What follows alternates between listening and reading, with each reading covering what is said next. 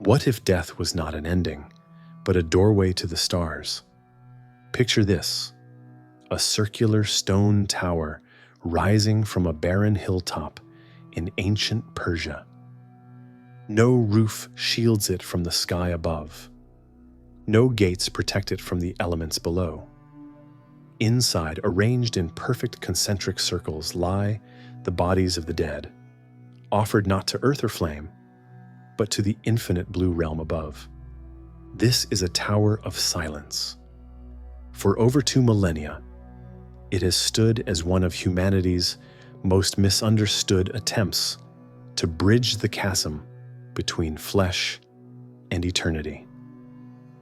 Here, the Zoroastrians placed their deceased not in horror, but in profound cosmic devotion.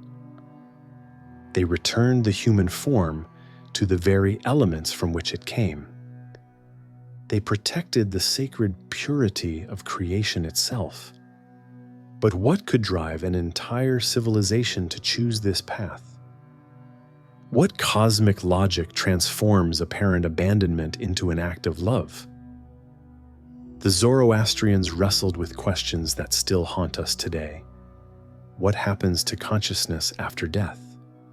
How do we honor the body while freeing the soul? And perhaps most mysteriously, what does the sky know about death that the earth has forgotten? Today, we're going to ascend these ancient towers. We'll discover why this approach to death represented one of history's most sophisticated attempts to align human mortality with the hidden rhythms of the cosmos. We'll follow the soul across the Chinvat Bridge of judgment. We'll explore parallel practices in Tibet and Mongolia. And we'll uncover how modern eco-burial movements are rediscovering ancient ecological wisdom. This is the story of how death became an offering to the sky, and what that offering reveals about the sacred nature of existence itself. The year is 550 BCE, high in the Zagros mountains of ancient Persia. A funeral procession winds up a rocky slope. No flowers adorn the path. No mourning songs echo through the valley. Instead, medical precision governs every step. Because what's about to unfold isn't just about honoring the dead. It's about protecting the entire universe from contamination. To understand the Tower of Silence, we must enter a worldview foreign to modern thinking. For Zarathustra's followers, creation was not neutral territory. It was a sacred battlefield where every element, fire, water, earth, air, pulsed with divine energy. Each element was vulnerable to pollution by the forces of darkness. Death was catastrophe, not because it ended life, but because it invited something else to begin. The moment consciousness departed a body, a demon rushed in to fill the void. Her name was Nasu, the corpse demoness. She took the form of a fly with crooked knees and protruding buttocks, droning endlessly as she began her work of decay. Nasu wasn't merely the cause of decomposition, she was decomposition itself. But here's where Zoroastrian understanding becomes startlingly modern. They grasped that death was an ecological event. A corpse doesn't simply vanish, it transforms. Those transformations ripple outward through soil, water, and air. What we call the Corbin cycle. They experienced a spiritual crisis requiring careful management. Consider their mathematics of contamination. If a person carried a corpse alone, Nasu would emerge from every orifice of the deceased and rush upon the bearer. The contamination could never be fully cleansed. That person would live in isolation for the rest of their days, separated from fire, water, and the faithful. This wasn't superstition. This was sophisticated thinking about contagion, wrapped in spiritual language. The Zoroastrians had identified what modern epidemiology confirms. Dead bodies are vectors of disease. Handling them requires extreme care. But their solution went beyond hygiene. It emerged from a profound theological insight. If God created the elements, then defiling those elements was blasphemy. Earth, water, fire, and air weren't just useful resources. They were expressions of divine perfection that humans had a sacred duty to protect. So how do you dispose of a body without touching the four sacred elements? You can't bury it. That pollutes earth. You can't burn it. That defiles fire. You can't sink it in water. That contaminates the rivers. The only path left was up. The sky belonged to no element. The sky was the space between elements. The realm of pure spirit where sacred and profane could not mix. By placing bodies on elevated platforms and letting carrion birds consume the flesh, Zoroastrians found a way to honor both dead and living while keeping creation pure. But why did purity matter so intensely? The answer reveals the cosmic stakes. For Zoroastrians, this world was the final battlefield where good and evil would determine the fate of all existence. Every choice to maintain purity was a victory for Ahura Mazda, the wise Lord of Light. Every instance of pollution was a triumph for Angra Mainyu, the destructive spirit. The Tower of Silence wasn't just practical corpse disposal. It was a monument to the idea that even in death, especially in death, humans could serve creation rather than destruction. The tower transformed the most polluting event in human experience into an act of cosmic hygiene. But how exactly did this spiritual technology work? Standing before a Dakma, the Avestan word for Tower of Silence, is like encountering a diagram of the universe rendered in stone. These weren't arbitrary architectural choices. They were precise instruments designed for the most delicate transformation, separating soul from flesh and returning both to their proper cosmic domains.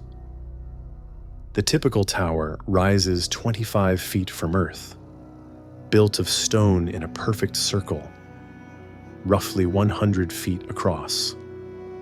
But these dimensions aren't accidental. They reflect sacred geometry that mirrors creation itself, concentric rings of being extending outward from a central source of divine light. Climb to the rim and peer inside. You'll see this cosmic map laid out with stunning clarity. The platform divides into 3 concentric circles. In the outermost ring, men's bodies are placed, aligned with cardinal directions like compass points. The middle ring receives women, positioned between masculine ordering action and the sacred center beyond. The innermost circle holds children, souls so recently arrived from pure spirit that their departure requires the gentlest passage back to light. At the center lies the most powerful element, a deep circular pit called the Ostudan. Here, after vultures complete their work and bones bleach white under sun and wind, remains are gathered for final transformation. Mixed with lime and washed by rains, bones gradually dissolve. Their minerals filter through charcoal and sand before joining groundwater and flowing toward the sea. This central pit, represents the cosmic void from which all things emerge and return. Zoroastrians called this endless light the divine source before creation and after the world's final renovation. The Ostudent makes this abstract concept tangible, giving mourners a focal point for meditation on origin and destiny. But the tower's most remarkable feature is what it lacks: any barrier between dead and sky. The platform opens completely to the elements. Rain, snow, sun, and wind participate directly in transformation. This isn't accidental, it's the whole point. The tower creates sacred space where heaven and earth meet without contamination. Who maintained this cosmic instrument? They called themselves Nasasalers, caretakers of pollutants. Part priest, part undertaker, part spiritual technician. These men had undergone extensive training in handling corpse matter without spreading contamination. The Nasasalers worked with scientific precision. Before entering, they purified themselves and donned special garments that could be burned afterward. They moved bodies using iron tools, metal being less susceptible to spiritual pollution. Most importantly, they worked in pairs. Ancient law was clear. A person who handled a corpse alone would be irreversibly contaminated. But what happened inside once preparation was complete? Each body was placed naked, arranged according to strict protocols. The head pointed toward the center, symbolically oriented toward divine light. Hands channeled spiritual energy. Iron implements on the chest repelled evil influences during the vulnerable transition period. Then came the waiting. For hours or days, the body lay exposed under the vast sky dome. This wasn't abandonment. It was cosmic acclimation. The deceased gradually released their hold on material existence and prepared for the journey across the Chinvat Bridge to pure spirit. When vultures finally descended, their arrival was divine intervention. These massive birds, Himalayan griffins with 9-foot wingspans, were sacred messengers, angels in feathered form. Their consumption wasn't destruction but careful separation, freeing spiritual elements trapped in matter. The efficiency was remarkable. A flock could strip a human body to bones in less than an hour, working with surgical precision. This speed was crucial. The longer the process took, the greater the risk that Nasu would establish permanent foothold and spread contamination. But what if the vultures didn't come? This was the deepest fear. A corpse left untouched was an omen of spiritual catastrophe, suggesting the deceased had lived such an evil life that even heaven's messengers refused to carry their essence upward. Alternative rituals had to be performed, breaking bones by hand and cremating them with special prayers. The tower functioned as both facility and diagnostic instrument, a place where the cosmic status of the deceased could be evaluated through the sacred bird's behavior. It was spiritual technology of the highest order, designed to manage the most dangerous transition while providing feedback about success or failure. Yet this remarkable system was not unique to Persia. Across the roof of the world, other cultures were reaching strikingly similar conclusions. 3,000 miles east of ancient Persia, on plateaus so high they scrape the belly of heaven itself, another civilization was reaching the same stunning conclusion about death and the sky. But where the Zoroastrians developed their towers out of theological necessity, the Tibetans approached sky burial through a very different door: the radical compassion of Buddhist philosophy. The Tibetan term is jatur, literally alms for the birds. And in those 3 words lies a completely different understanding of what it means to offer a body to the sky.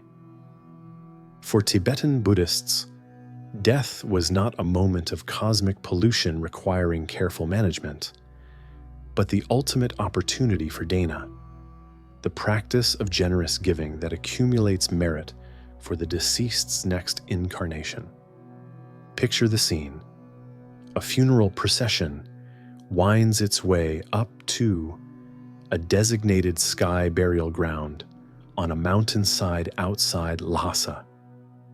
The body, wrapped in white cloth, has rested in a seated position in the family home for 3 days, while monks chanted prayers to guide the consciousness through the intermediate state between death and rebirth. Now comes the moment of final offering. The body is unwrapped and placed on a stone platform carved with sacred symbols.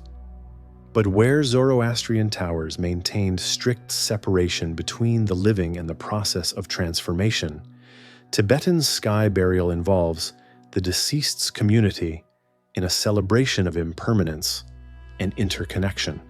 Family members may be present, not as witnesses to contamination, but as participants in an act of profound generosity. The Rogyapas, the body breakers who perform the dismemberment, approach their work with a startling combination of reverence and joy. Foreign observers are often shocked to see these practitioners laughing and singing as they systematically reduce a human form to pieces small enough for vultures to consume.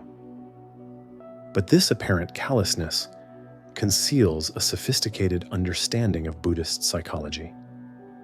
Maintaining lightness of spirit during the process helps guide the deceased toward rebirth in a realm of joy rather than suffering.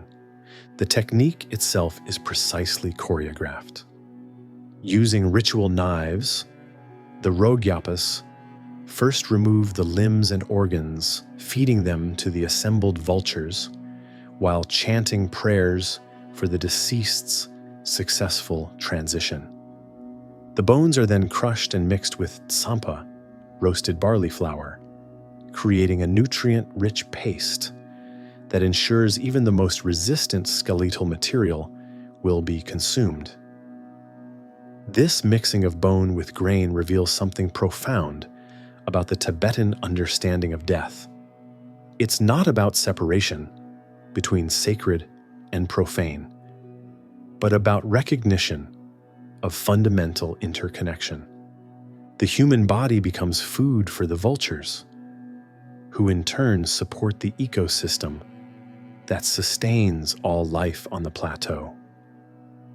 Death becomes an act of ecological participation rather than cosmic quarantine.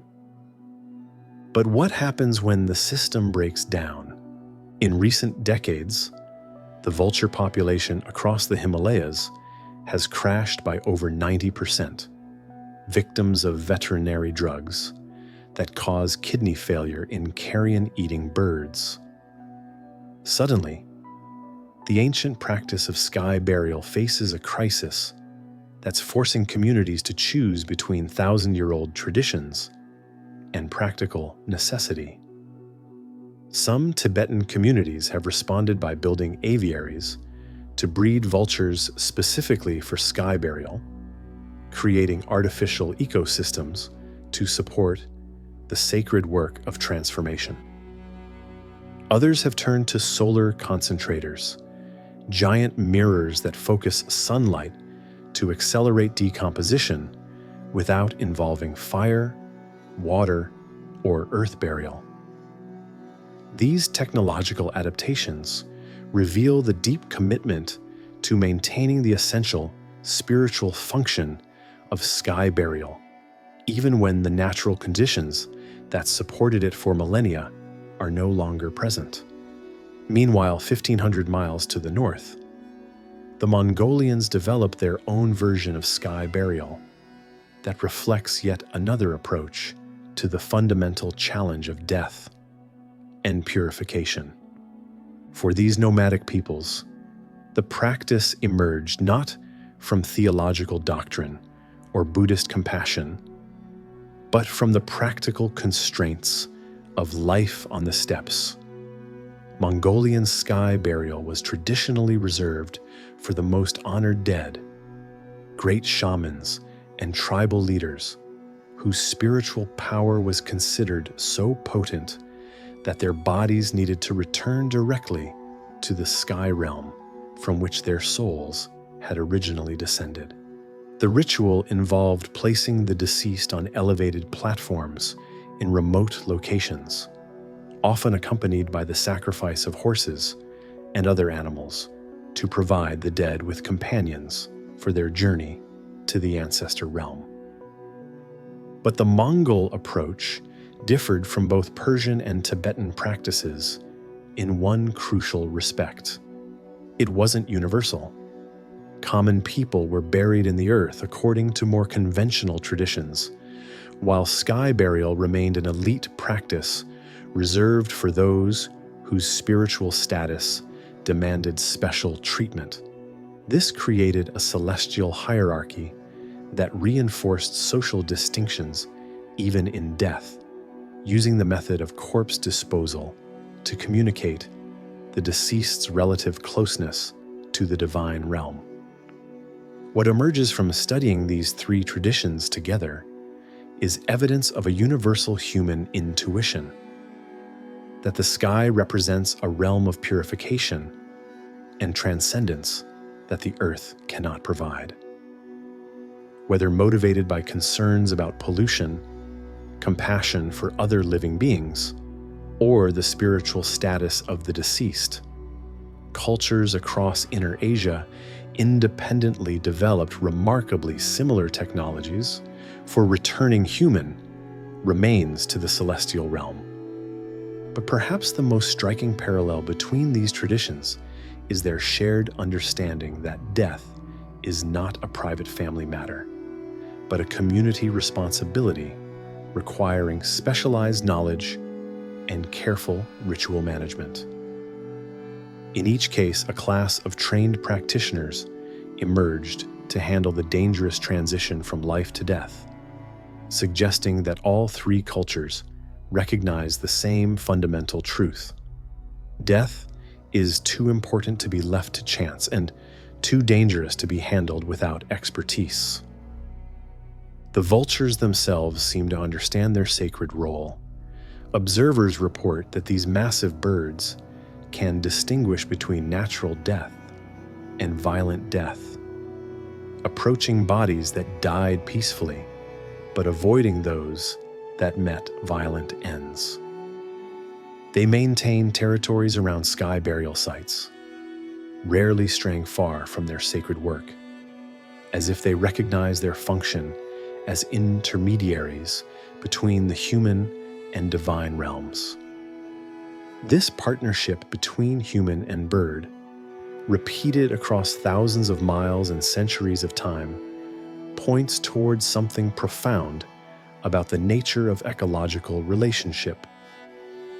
The sky burial traditions didn't just dispose of dead bodies. They created and maintained complex interspecies alliances that supported both human spiritual needs and animal survival requirements. As we trace these practices across the roof of the world, we begin to see that sky burial wasn't an isolated Persian peculiarity, but one expression of a much larger pattern of human wisdom about death, ecology, and transcendence. These ancient peoples understood something that modern industrial civilization is only beginning to rediscover: that how we treat our dead reveals everything about how we understand our place in the web of existence. And this understanding becomes even more remarkable when we follow the soul beyond the moment of bodily death into the visionary landscapes where the real work of judgment and transformation unfolds. The vultures have done their work. The bones lie bleaching in the tower, gradually dissolving into lime and rainwater. But for the Zoroastrians, this visible transformation was only the beginning of a far more profound journey. One that would determine not just the fate of the individual soul, but the cosmic balance between good and evil in the universe itself. On the dawn of the fourth day after death, as the first light touches the eastern horizon, the soul of the deceased begins the most crucial passage of its existence, the approach to the Chinvat Bridge, the span of judgment that separates the realm of the living from the domains of eternity. This bridge, whose name means beam of the requiter or bridge of choice, exists in a dimension beyond physical space, accessible only to consciousness freed from the constraints of flesh. Ancient texts describe it as razor-thin for the wicked, broad as a highway for the righteous, spanning an abyss so deep that the bottom disappears into absolute darkness. But the bridge itself is only part of a larger architecture of judgment that reveals the sophisticated psychology underlying Zoroastrian eschatology. As the soul approaches the crossing point, it encounters three divine judges: Mithra, the guardian of contracts and cosmic order; Sryosha, the personification of attentive listening and obedience to divine law; and Rashnu, the angel of justice, whose scales weigh every thought, word, and deed with perfect precision. Yet the most crucial encounter comes not with these celestial assessors, but with a figure that emerges from the soul's own moral history, the Daena, a feminine form that embodies the accumulated spiritual essence of the deceased's earthly choices.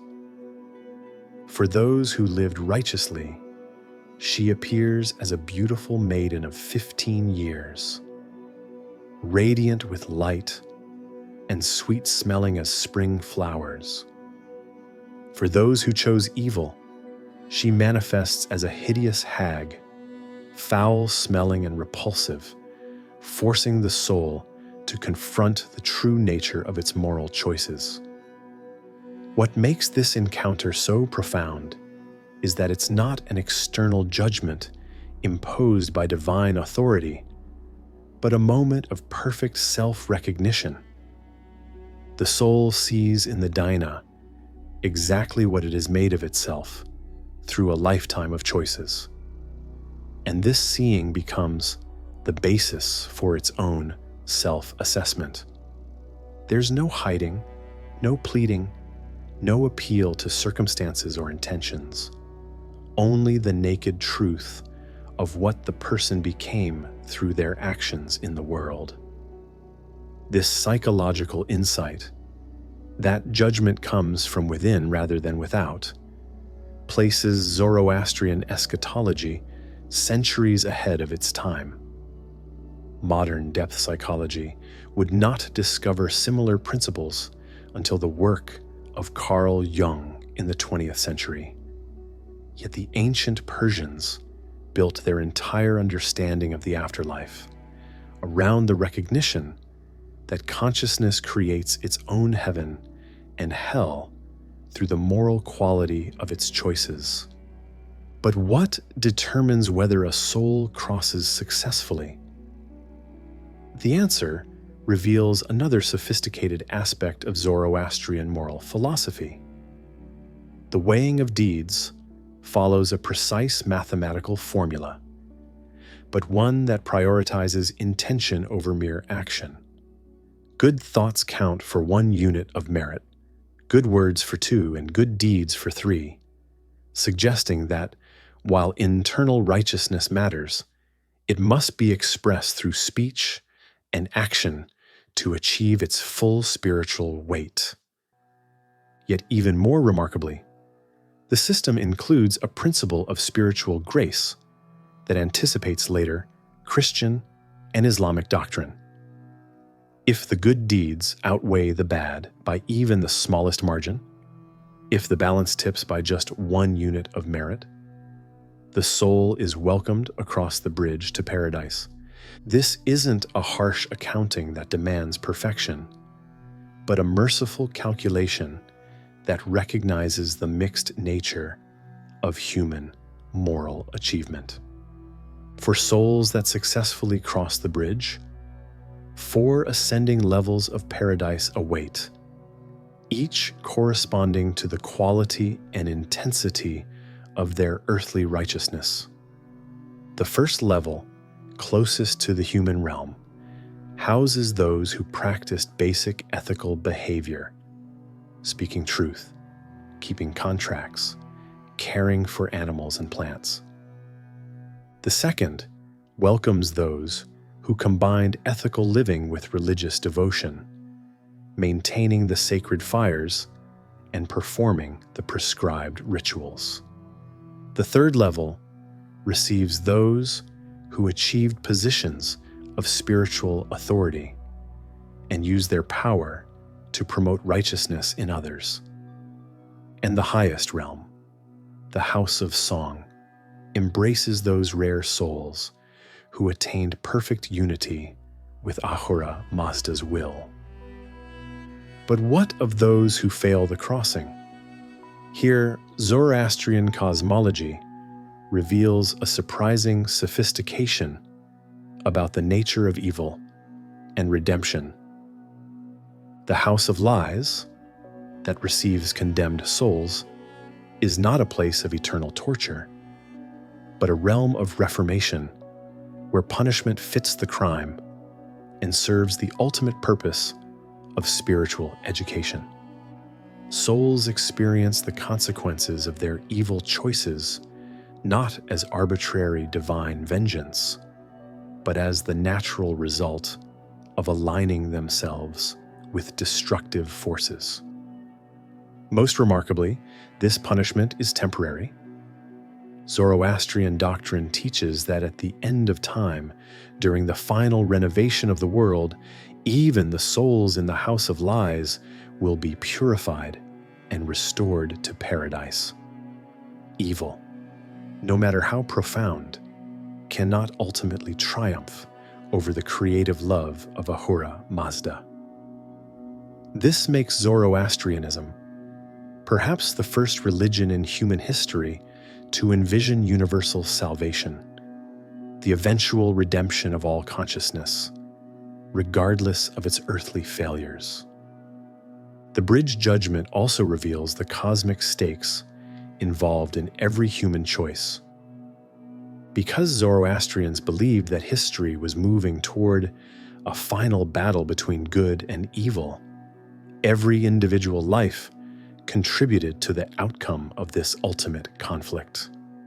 Souls that crossed successfully didn't just secure their own salvation, they strengthened the forces of light in their struggle against the darkness. Souls that fell into the abyss didn't just suffer personal consequences, they temporarily empowered the forces of destruction. This gives profound meaning to the tower rituals we've been exploring.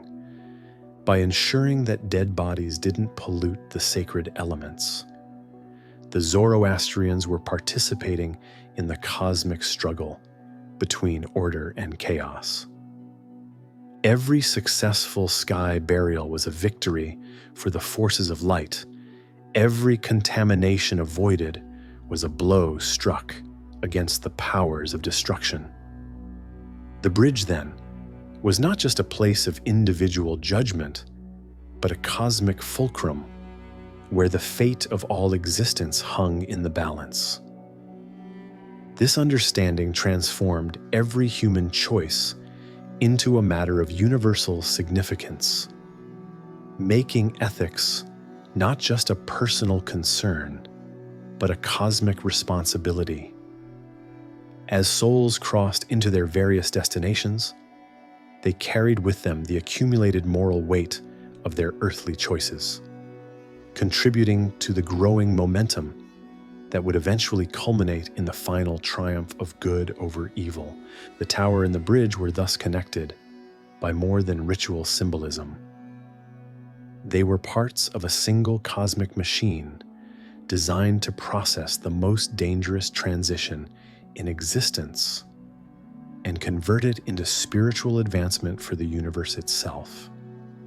But this sophisticated understanding of death and judgment would soon encounter new challenges, as the ancient Persian wisdom collided with the very different spiritual insights of Islamic mysticism. From this collision would emerge one of the most remarkable interpretive traditions in human history, a way of understanding death and transcendence that would bridge East and West, ancient and modern, ritual and vision. But here's where our story takes an unexpected turn. In the winter of 1928, in a library at the Sorbonne, a young philosophy student was about to change everything we thought we knew about these ancient death rituals. Henry Corbin opened a manuscript by Zoroastrian, a 12th century Persian mystic known as the Master of Illumination. As he read, Corbin felt what he later described as spiritual lightning. "Through my meeting with Zoroastrian," he would write, "my spiritual destiny for the passage through this world was sealed. Why would a French intellectual become obsessed with forgotten Persian texts? What did Corbin see that centuries of scholars had missed? He discovered a secret history of consciousness, a tradition of visionary spirituality that had survived the Islamic conquest by disguising itself in Sufi language while preserving essential Zoroastrian insights. At its heart was a radically different understanding of what the death rituals actually accomplished. For most Western scholars, the Towers of Silence represented primitive superstition, but Corbin saw sophisticated spiritual technology designed to facilitate what he called imaginal resurrection, the transformation of individual consciousness into cosmic intelligence that could participate directly in the divine realm. This interpretation emerged from Corbin's revolutionary discovery of the mundus imaginalis, the imaginal world, a realm of existence between the physical world of sensory experience and the purely spiritual world of abstract principles. This imaginal realm wasn't fantasy. It was a dimension of reality as objective as the material world, populated by archetypal forms and angelic intelligences. The Towers of Silence, in Corbin's view, facilitated the soul's entry into this imaginal realm. The circular architecture replicated celestial hierarchies. The exposure to sky created cosmic alignment toward pure light. Most importantly, the consumption by vultures was angelic intervention that transformed gross physical matter into subtle spiritual substance. The vultures themselves were manifestations of Zoroastrian's spiritual birds, angelic intelligences serving as intermediaries between human and divine realms. This interpretation radically transforms our understanding. The ancient Persians weren't just disposing of contaminated corpses. They were facilitating conscious transformation that allowed the deceased to continue existing as active spiritual intelligence, capable of interceding for the living and participating in cosmic evolution.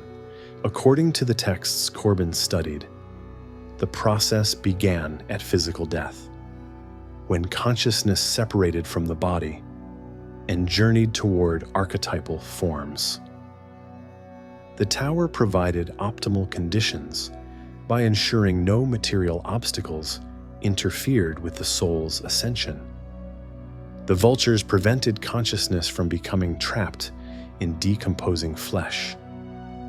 They literally carried spiritual essence upward, serving as vehicles for transportation to higher dimensions. Once established in the imaginal realm, consciousness continued evolving.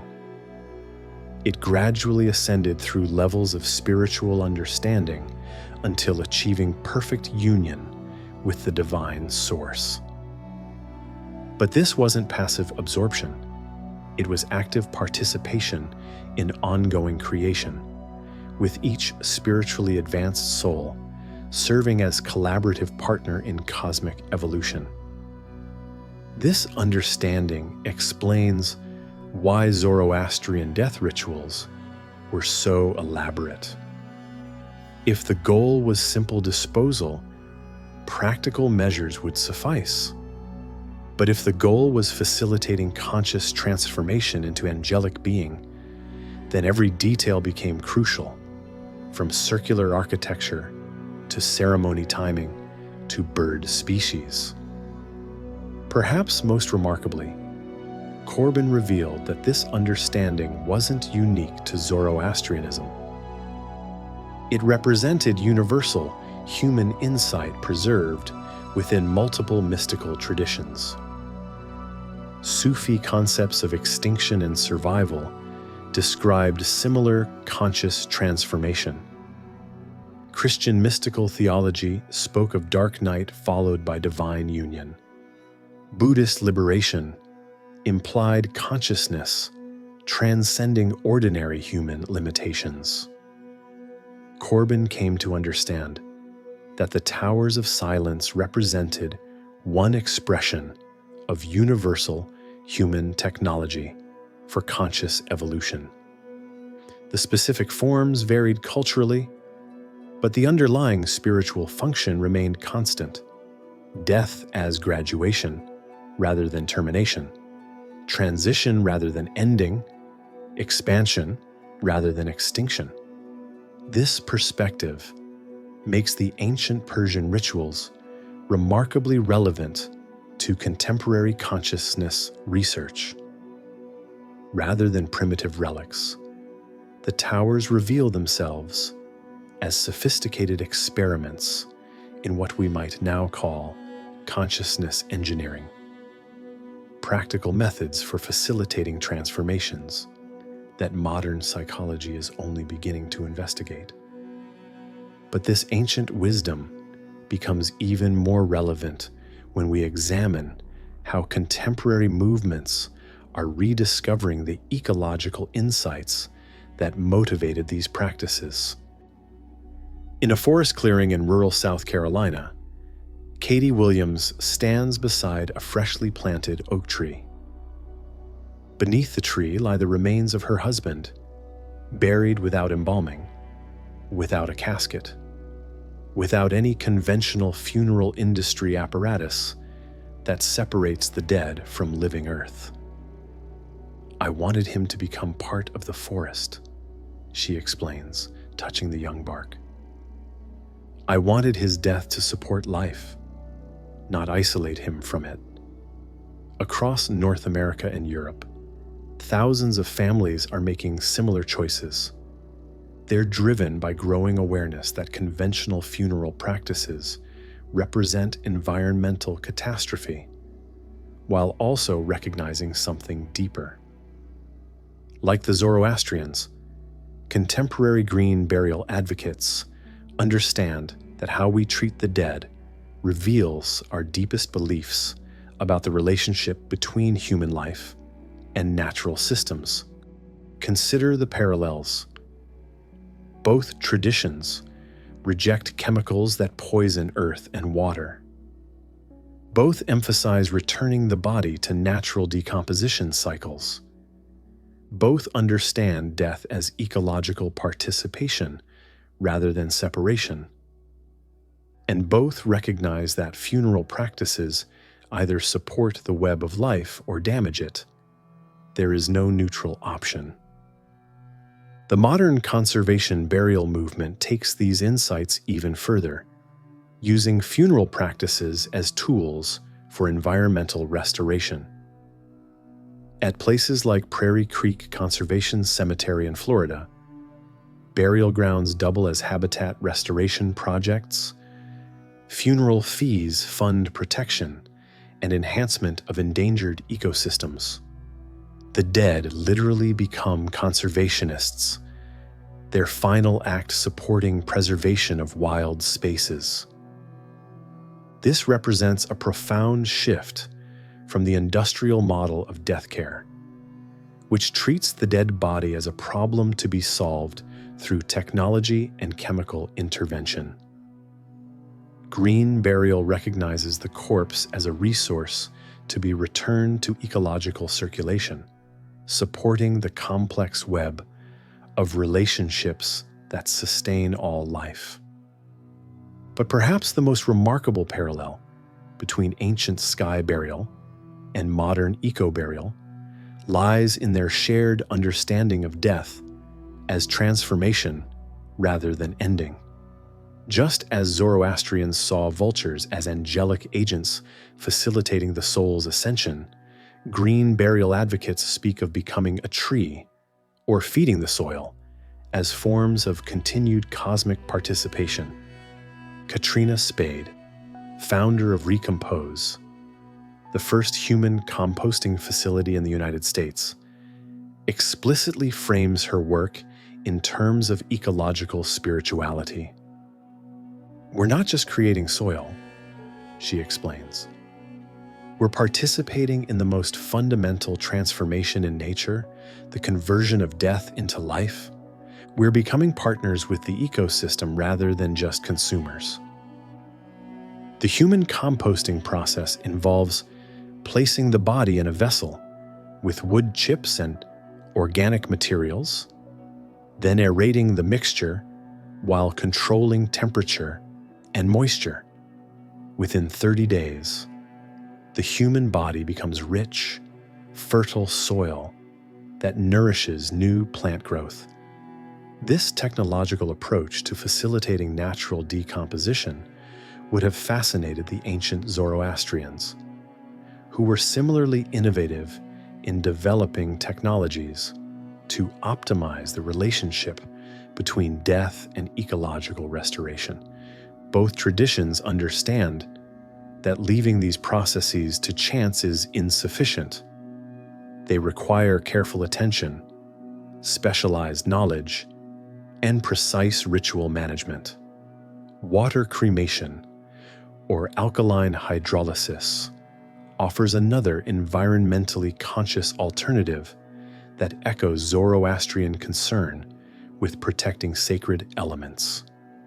By using water, moderate heat, and alkali to dissolve soft tissues, the process produces the same result as flame cremation, while using 90% less energy and producing no direct carbon emissions.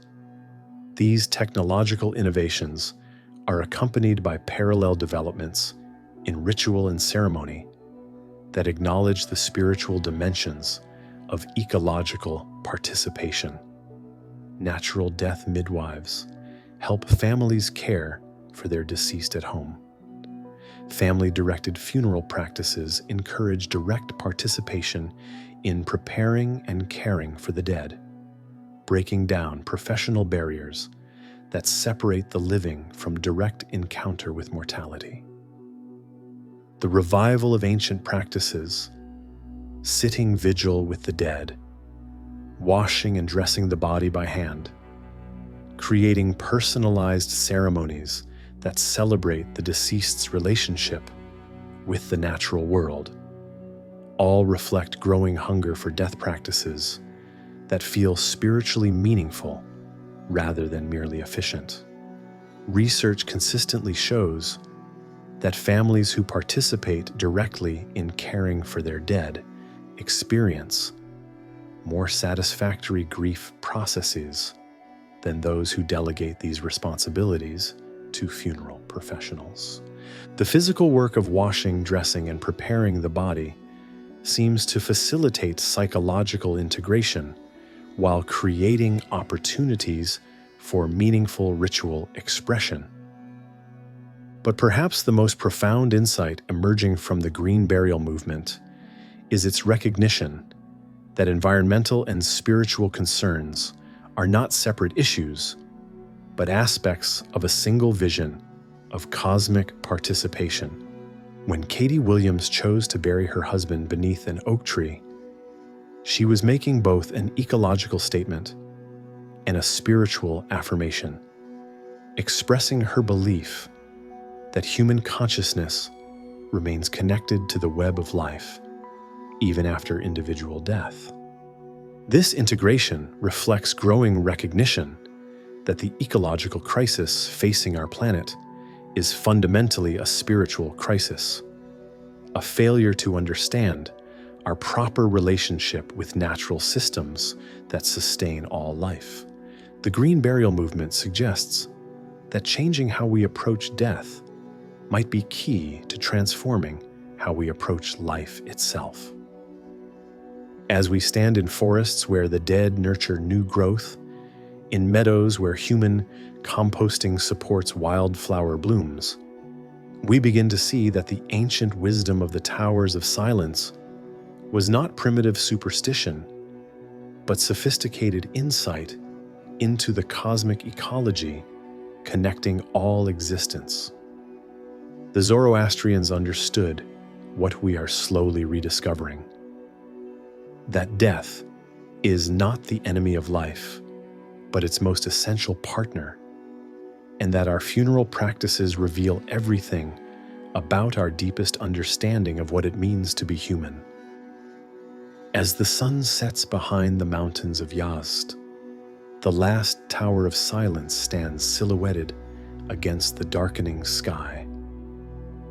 Its circular walls glow like amber in the dying light.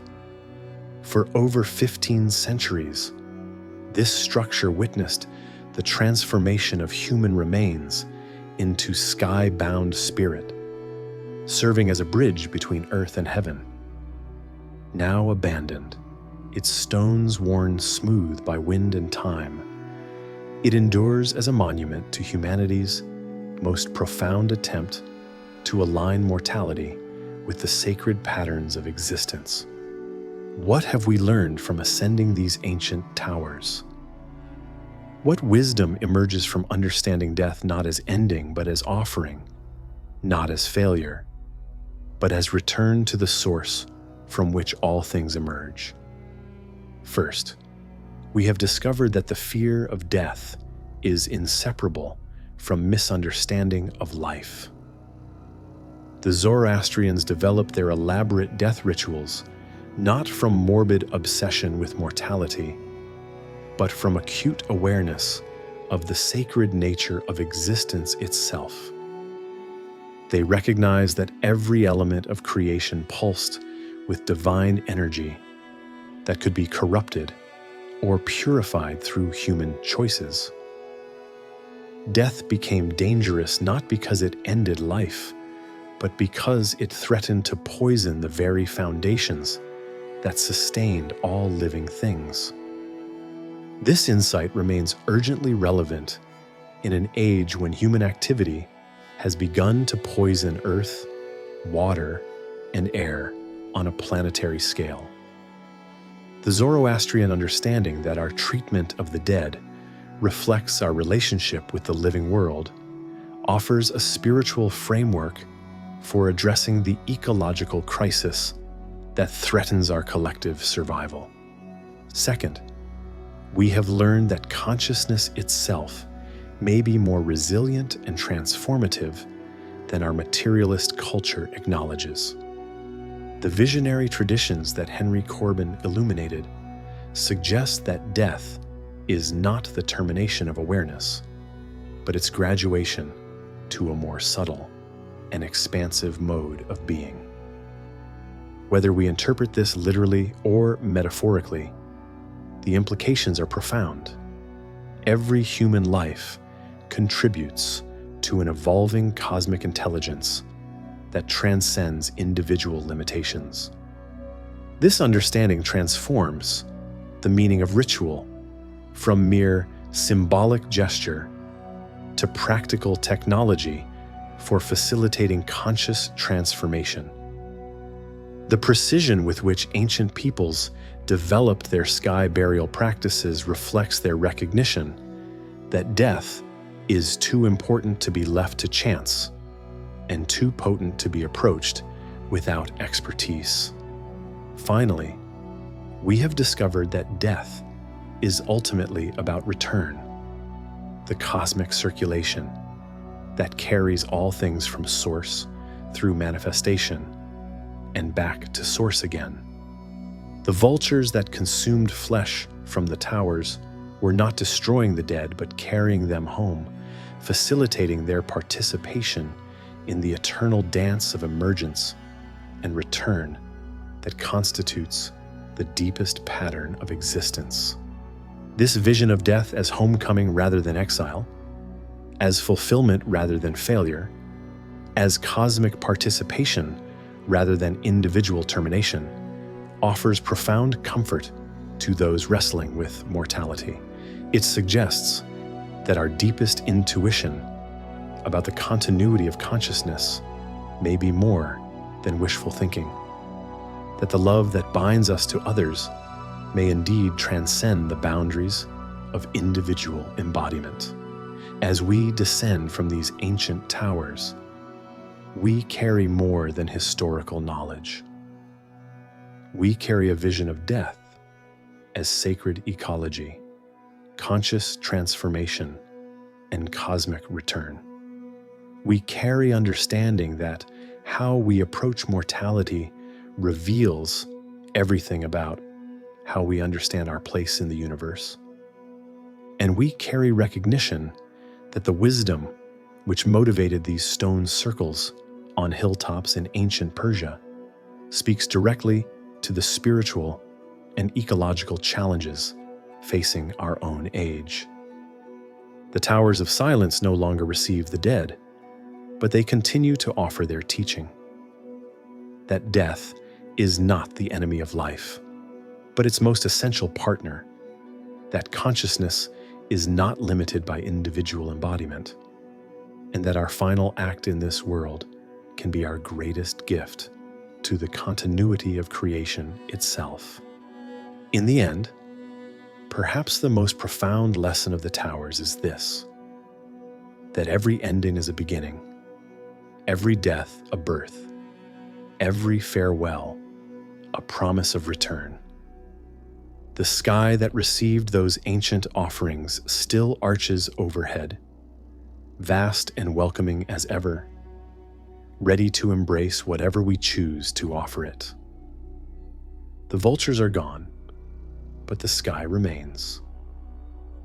And in that blue infinity, the dance of transformation continues, waiting for us to remember our part in its eternal choreography.